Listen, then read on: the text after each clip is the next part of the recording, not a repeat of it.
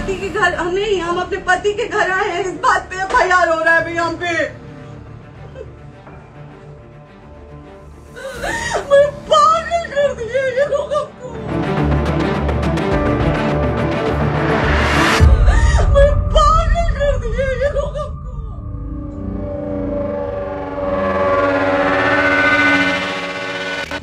आज आप लोगों के कहने पे, सिर्फ समाज के कहने पे एक ऐसा मामला जिसने भोजपुरी इंडस्ट्री और सोशल मीडिया दोनों को हिलाकर रख दिया है। ये मामला है पवन सिंह और उनकी पत्नी ज्योति सिंह के बीच चल रहे विवाद का, जो अब सिर्फ घर की चारदीवारी तक सीमित नहीं रह गया है।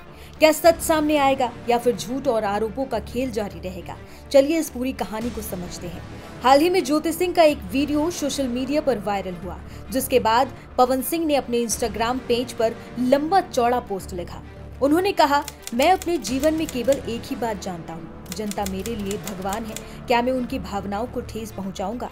इसके बाद उन्होंने ज्योति को संबोधित करते हुए ये लिखा कि सुबह आप मेरी सोसाइटी में आए, मैंने आपको सम्मान पूर्वक घर बुलाया और 1.5 घंटे तक बातें की, लेकिन आपकी केवल यही रट थी कि मुझे किसी तरह चुनाव लड़वा दीजिए, जो मेरे बस की बात नहीं थी। उन्होंने ये भी कहा कि समाज में भ्रम फैलाया गया कि उन्होंने पुलिस बुलाई, जबकि सच ये है कि पुलिस सुबह से ही वहां मौजूद थी ताकि सभी कार्रवाई उनकी निगरानी में हो। ये पोस्ट 2 लाख से ज्यादा लाइक्स के साथ वायरल हो गया है। इसके तुरंत बाद ज्योति सिंह ने जवाब दिया। उन्होंने लिखा कि सच और झूठ का फैसला जनता करेगी और अगर पवन सिंह सच्चे हैं तो मीडिया के सामने आए। उन्होंने साफ कहा कि चुनाव की बात केवल तभी होगी जब पवन सिंह उन्हें जीवन भर पत्नी के रूप में स्वीकार करें। ज्योति ने यह भी बताया कि उनके आने जाने की सीसीटीवी फुटेज मौजूद है, जो पूरी सच्चाई सामने लाएगी। इससे पहले 2018 में शादी के तुरंत बाद ज्योति सिंह ने पवन सिंह पर गंभीर आरोप लगाए थे, जिनमें मानसिक उत्पीड़न, जबरदस्ती गर्भपात और घर में प्रवेश न देने जैसे आरोप शामिल थे। उन्होंने बताया कि शादी के तुरंत बाद पवन सिंह फिल्म के मुहूर्त पर चले गए, जहां वो भोजपुरी एक्ट्रेस अक्षरा सिंह के साथ नजर आए। पवन सिंह की पहली पत्नी नीलम देवी की 2014 में शादी के 3 महीने बाद ही मौत हो गई थी। इसके बाद पवन सिंह का नाम कई अन्य अभिनेत्रियों के साथ जुड़ा। एक वीडियो में वो एक्ट्रेस अंजलि राघव को अनुचित तरीके से छूते भी दिखाई दिए। ज्योति सिंह ने कहा कि पवन सिंह ने चुनाव में उनकी मदद नहीं की। उन्होंने साफ किया कि वो चुनाव नहीं लड़ना चाहती, बस ये चाहती हैं कि पवन सिंह उन्हें पत्नी के रूप में स्वीकार करे। उन्होंने ये भी बताया कि अगर पवन सिंह सही है तो सामने आकर जवाब दे। पुलिस केवल उनके कहने पर बुलाई गई थी, इसलिए वो लाइव आई ताकि सच सामने रहे। ज्योति ने यह भी कहा कि उन्होंने फ्लैट इसलिए छोड़ा क्योंकि उन पर आभूषण या गहनों की चोरी का आरोप लगाया जा सकता था। उन्होंने जोर देकर कहा कि पूरे घटनाक्रम के सीसीटीवी फुटेज मौजूद है, जो सच्चाई साबित करेंगे। मैम, कल आपने एक फेसबुक पोस्ट किया था, करीब 12 मिनट का वो पोस्ट था और आप अपने पति के यहाँ गई थी, वहाँ क्या क्या हुआ था?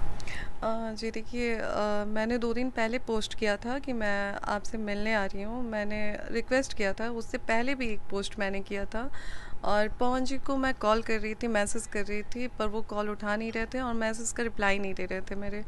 और उनकी अम्मा को भी मैंने कॉल किया, अम्मा के फ़ोन में मेरा नंबर ब्लैक लिस्ट में है, तो उनके पे कॉल नहीं लगा। फिर उनके भाई ऋतिक जी को भी मैंने कॉल किया, उन्होंने भी कॉल नहीं उठाया।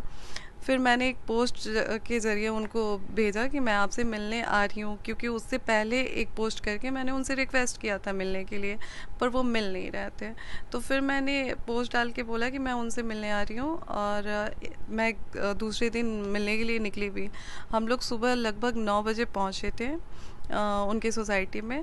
जब हम लोग वहाँ पे पहुँचे तो गार्ड से हम जब उनके फ्लैट में जाने के लिए हम लोग गए तो गार्ड हमें जाने नहीं दे रहा था, बोल रहा था कि ऊपर से मना किया गया है, आप लोगों को ऐसे नहीं भेजा जा सकता है। तो उसके अभी इतना बातचीत हो ही रहा था, मैं बता ही रही थी कि मैं उनकी वाइफ हूँ, मुझे उनसे बात करना है और उनको पता है कि मैं आ रही हूँ। तो बोले मैडम ऊपर से मना किया गया, हम ऐसे नहीं जाने दे सकते हैं आपको। फिर वहाँ पे पुलिस 2 गाड़ी से पुलिस आती है 15-20। अगर आप लोगों को चाहिए तो पवन जी के सोसाइटी में जो कैमरा लगा होगा उनके बिल्डिंग के नीचे, जी उनके द्वारा बताया गया कि पवन जी ने बुलाया था पुलिस को। उसके बाद वो लोग बोले कि तुम बता के आई हो, तुम पूछ के आई हो। मैंने बोला मेरे पति हैं और मैं किससे बता के आऊँगी, अगर मुझे उनसे मिलना होगा तो मैं आऊँगी ना, मेरा हक है उनसे बात करना, मिलना। और फिर भी मैंने एक पोस्ट डाला था, मैंने उनको भी बोला फिर वो लोग तमाम तरह का क्वेश्चन कर रहे थे, मुझे परेशान किया जा रहा था उनके द्वारा। उसके बाद फिर उनके भाई को मैंने कॉल किया, ऋतिक जी को, उनको पता चल गया था कि मैं वहाँ पे आई हूँ। तो उस दिन उन्होंने एक कॉल पे मेरा कॉल उठाया और फिर कॉल उठा के उन्होंने बोला कि मैं 10 मिनट में आता हूँ, तो आके आपको ले चलता हूँ। वो आए 10 मिनट बाद और फिर लेके मुझे ऊपर गए। ऊपर लेके गए तो हॉल में सब लोग ऐसे ही बैठा हुआ था। पवन जी थे, उनके बड़े भाई गुड्डू भैया थे और उनके स्टाफ लोग थे, ऋतिक जी थे और एक धनंजय भैया करके हैं। तो ये सारे लोग थे। वहाँ पे हम लोग गए, बैठे। अभी पवन जी से मैं बात करने का सोच ही रही थी, तब तक उधर से गुड्डू भैया बोलते हैं, जो उनके बड़े भैया हैं, वो बोलते हैं कि ज्योति बात करना है करा, लेकिन ये यहाँ मतलब इज़्ज़त तो रुकबू ना। हम बोले क्यों भैया, मेरे पति का घर है, अगर हम आए हैं तो क्यों नहीं रुक सकते हैं। तो उन्होंने बोला कि नहीं, आपका कोई हक नहीं बनता है कि आप किस अधिकार से यहाँ पे रुकेंगी, आपका कोई अधिकार नहीं है। हमने बोला भैया अभी हमारा तलाक हुआ नहीं है, डाइवोर्स का मैटर चल रहा है, लेकिन अभी तलाक पेपर पे साइन नहीं हुई है और जब तक तलाक नहीं हो जाता है तब तक पवन जी पे मेरा पूरा अधिकार है और मैं जब चाहूँ इनसे मिलने आ सकती हूँ या फिर मुझे बात करना हो तो मैं कर सकती हूँ। उन्होंने फिर बोला कि नहीं, कोई अधिकार नहीं है। मैंने बोला ठीक है, अगर आपको ऐसा लगता है तो मेरा हाथ पकड़ के निकाल लीजिए, और अगर ऐसा भी नहीं है तो फिर आप बुलाइए, वकील को बुलाइए, मैं भी अपने वकील को बुलाती हूँ। अगर वकील मुझे बोल देगा तो मैं अभी तुरंत उठ के यहाँ से चली जाऊँगी। फिर वो मतलब गुस्सा के वहाँ से निकल गए। फिर वहाँ पे हम लोग बैठे हुए थे, पवन जी नाश्ता वास्ता किए, उसके बाद निकले। उसके बाद पवन जी निकलते वक्त बोले कि 1 घंटे बाद मैं आता हूँ तो आपसे बात करता हूँ। सच्चाई है कि पवन जी से मेरी कोई बातचीत नहीं हुई है, कोई बातचीत नहीं। आप चाहें तो मैं बार बार कह रही हूँ कि आप कैमरे पे देख सकते हैं कि हमारे जाने के तुरंत बाद, मतलब मुश्किल से 15-20 मिनट बाद पवन जी वहाँ से निकल गए थे। उस 15-20 मिनट में पवन जी से हमारी कोई बातचीत नहीं हुई थी। पवन जी ये बोल के निकले कि 1 घंटे में आता हूँ तो बात करता हूँ। पवन जी, ऋतिक जी और गुड्डू भैया तीनों लोग एक ही साथ निकल गए और उनके निकलने के जस्ट थोड़े देर बाद वहाँ पे फिर से पुलिस आ जाती है 15-20 ठो, और आके मतलब उल्टा सीधा बोलना, जिसकी मेरे पास वीडियो भी है। लास्ट में मैं आपको दे भी दूँगी वो वीडियो।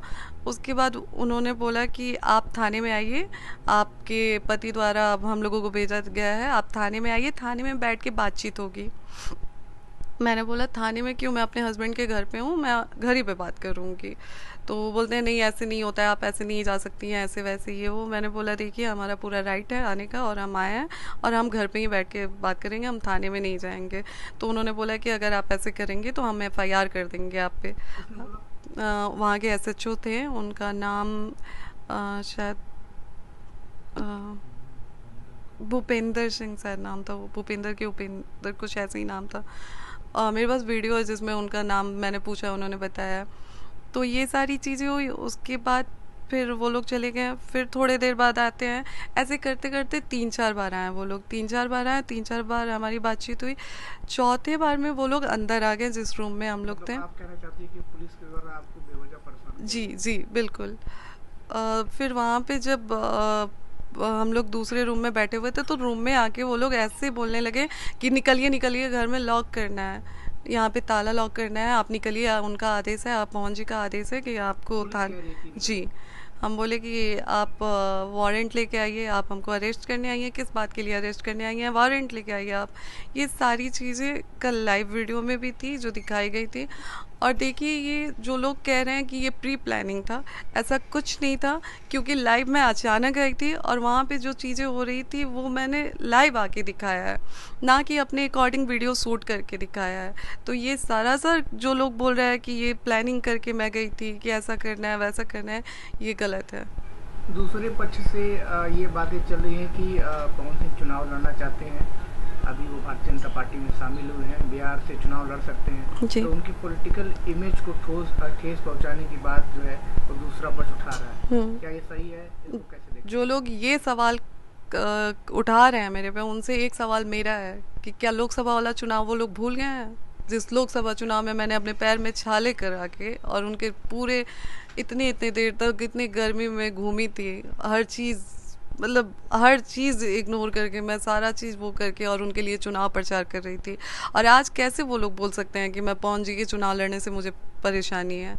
वो अपना चुनाव लड़ रहे हैं। अगर मुझे लड़ना होगा मैं अपना लड़ूंगी। मैं साल भर मेहनत की हूँ क्षेत्र में, तो वो मैं अपनी अलग तैयारी रखी हूँ, पवन जी की अलग तैयारी है। पवन जी के चुनाव लड़ने से मुझे क्या मतलब है? मैंने तो हमेशा से बोला है कि अगर पवन जी चुनाव लड़ते हैं तो मैं उनका साथ दूंगी, लेकिन एक पत्नी होने के नाते क्या मेरा इतना भी अधिकार नहीं बनता है कि मैं अगर पवन जी से बात करना चाहूँ तो वो बैठ के मुझसे बात कर लें? आखिर उनको किस चीज़ का डर है? वो क्यों नहीं बैठ के बात कर रहे हैं? अगर मैं गलत हूँ तो वो आके समाज में बोलें विथ प्रूफ। जैसे मैं बोलती हूँ कि मैं जो भी चीज़ें मीडिया में रख रही हूँ, मेरे पास हर बात का साक्ष्य है। अगर ज़रूरत पड़ेगी तो मैं वो सारी चीज़ें मीडिया में लाऊंगी। लेकिन अभी तक मैं उस रिश्ते को ढो रही थी, क्योंकि मेरे मांग में उनके नाम का सिंदूर है, उस चीज़ का इज्जत रख रही थी मैं। लेकिन कल जो उन्होंने हरकत की है वो बर्दाश्त के बाहर था मेरे, क्योंकि अब कुछ नहीं बचा रह गया। वो सरेआम कर दिए, तो अब मेरे पास कुछ नहीं बचा रह गया। मैम, आप क्या चाहती हैं? मैं इंसाफ चाहती हूँ लोगों से।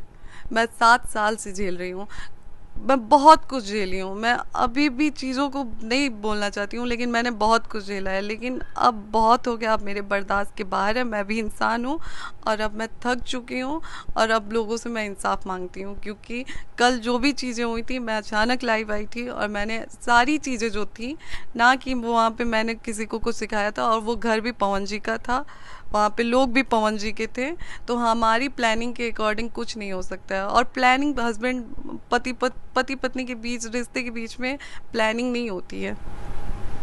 मैम, सवाल थोड़ा पर्सनल है, लेकिन अगर आप बताना चाहें कि आपकी शादी कितने समय हो गए, कितने समय से आप एक दूसरे को जानते थे, और ऐसा क्या हो गया कि रिश्ता जो है वो बिखरने लगा? जी देखिए, हमारी शादी को 7 साल हो गया, और 2018 में शादी हुई थी हमारी 6 मार्च को। और शादी के लगभग 1.5 साल बाद हम सेपरेट हो गए थे, मतलब डाइवोर्स फाइल कर दिया गया था पवन जी की तरफ से, और मैं अपने फैमिली के साथ उसी टाइम से रह रही हूँ। मैम, क्या आप साथ रहना चाहती हैं या अलग रहना चाहती हैं? आपका इस पे क्या? मैं देखिए, अभी तक तो मैं अपने सारे एफर्ट्स लगा ही रही थी साथ में रहने के लिए, लेकिन मैं अब उसी समाज से, क्योंकि देखिए मैं गई थी, मैंने जब कुछ दिन पहले एक पोस्ट डाला था, तो फिर लोगों ने कहना स्टार्ट कर दिया कि आप पोस्ट डाल के सिंपैथी गेन कर रही हैं लोगों में, आपके पति हैं, आप जाइए, हक से जाइए, आपको कौन निकाल सकता है। मैं उसी लोगों की, जनता की बात सुन के अपने पति से मिलने गई, बात करने गई। वहाँ पे मुझे जाने के बाद पुलिस बुलाया गया, उनके भाई द्वारा मुझे, मतलब मेरी बेइज्जती की गई कि नहीं, आप नहीं रुक सकती हैं, यहाँ पे जाइए। हम लोग पवन जी के रूम में बैठे हुए थे, हम भाई बहन थे सारे, हम लोग बैठे हुए थे, तो वहाँ पे वो बोलते हैं कि इस रूम से जाके दूसरे रूम में बैठ जाइए। तो वहाँ पे पवन जी के रूम से निकाल के हमें दूसरे रूम में भेजा गया। तो क्या मैं एक पत्नी हूँ, मेरा इतना भी अधिकार नहीं है कि मैं अपने पति के रूम में जाके रुक सकूँ? शादी के कितने समय तक आप लोग साथ रहे? 1.5 साल तक। इस दौरान क्या आपको प्रताड़ित किया जाता था परिवार के द्वारा या उनके द्वारा, ऐसी कोई चीजें? जी जी, हमेशा से किया गया है। आखिर क्या वजह रही होगी इस चीज की? वजह मुझे आज तक नहीं पता चली है, और आज आपके चैनल द्वारा मैं उनसे पूछना भी चाहती हूँ कि पवन जी, आप एक बार आप भी आइए, आप भी अपनी बातें जनता के सामने रखिए, क्योंकि आप, ये जनता हमारी नहीं है, आपकी भी सुनेगी। अगर मैं गलत हूँ तो आप आइए, प्रूफ के साथ आइए कि ये ज्योति ने ये किया, इस वजह से मैं ज्योति के साथ नहीं रह रहा हूँ, ज्योति ने ये किया, इस वजह से मैं साथ नहीं रह रहा हूँ। तो आप भी अपनी बातें रखिए, या फिर अगर आपको लाइव आना हो तो लाइव आइए, या फिर आपको इंटरव्यू में आके बताना हो तो इंटरव्यू में आके बताइए, लेकिन बताइए, क्योंकि आज मैं पूरे जनता के सामने आपसे सवाल कर रही हूँ कि मेरी गलती क्या है। आखिर वो भाग क्यों रहे हैं? कोई एक वजह जो आपको पता हो? जी मुझे नहीं पता है, मैं बहुत एफर्ट्स डाल रही हूँ उनसे बात करने के लिए, क्योंकि 7 साल से चीज़ों को मैं झेल रही हूँ, और मेरे साथ साथ मेरा परिवार भी झेल रहा है। मेरे साथ साथ मेरी एक बहन है जो कुंवारी है, तमाम तरह की चीज़ें उसको भी झेलनी पड़ रही है। मेरा एक भाई है जो 1.5 साल से अपना पढ़ाई लिखाई छोड़ के और मेरे पीछे लगा हुआ है। मैं, ये सारी चीज़ें अब मुझसे बर्दाश्त नहीं हो रही है। मेरे बीमार पापा हैं जो बहुत ज़्यादा परेशान है मेरी वजह से। मैं एक बेटी होने के नाते मेरे बर्दाश्त के बाहर है, ये सारी चीज़ें अब मुझसे बर्दाश्त नहीं हो रही है। मैम देखिए, पवन सिंह एक वेल नोन सेलिब्रिटी हैं, राजनीति में भी हैं, आपको भी सोशल मीडिया पे कई लोग फॉलो करते हैं, ये तमाम चीज़ें अब पब्लिक डोमेन में भी हैं। अगर अब बात की जाए तो ये चर्चा भी निकल के आ रही है कि जब डिवोर्स फाइल हुआ था तो आपने ज़्यादा एलुमनाई मांग लिया था, ज़्यादा पैसों की डिमांड की, प्रॉपर्टी की डिमांड की, इस पर आप कुछ कहेंगे? जी देखिए, वो कोर्ट का एक प्रोसेस होता है। अगर आप छोड़ते हैं तो आपको भरण पोषण के लिए कुछ दिया जाता है, जो पति द्वारा दिया जाता है। अगर आप पता नहीं कैसे लोग हैं, समझते नहीं है कि अगर मैं ना भी मांगूं तो मुझे मेरे पति में जो है वो मेरा अधिकार बनता है, तो मेरा अधिकार है वो, और मैंने मांगा नहीं है। अगर ऐसा कुछ होता तो वो एक प्रोसेस होता है जो पत्नी के भरण पोषण के लिए दिया जाता है। आप बताइए, आज समाज से मैं पूछती हूँ कि अगर मुझे पवन जी छोड़ देते हैं तो मेरे पास कुछ है जीने के लिए? मैं BA फर्स्ट ईयर में थी जब मेरी शादी हुई थी, तो मुझे तो अपनी पढ़ाई भी पूरी करने का टाइम नहीं दिया गया। यहाँ पे पापा से बोला गया कि पेपर था जब मेरी शादी हुई थी, उसके 10 दिन बाद मेरा एग्ज़ाम था, मुझे बोला गया कि आपको आगे हम लोग शादी के बाद पढ़ने देंगे, और शादी के जस्ट बाद हमसे बोला गया कि आप अपने पापा को फ़ोन करके बोल दीजिए कि आप नहीं पेपर नहीं देना चाहती हैं, पवन सिंह से शादी हुई है आपकी, आप आगे पढ़ेंगी, लोग क्या कहेगा। ये सारी चीज़ें ऐसे दबाव दे के मुझे पढ़ने भी नहीं दिया गया। अगर जिस तरीके से देखा जाए कि आपके हिसाब से चीज़ें नहीं होती हैं, जो आप चाहती हैं वो चीज़ें नहीं हो पा रही हैं, अगला मूव मैम आपको क्या है?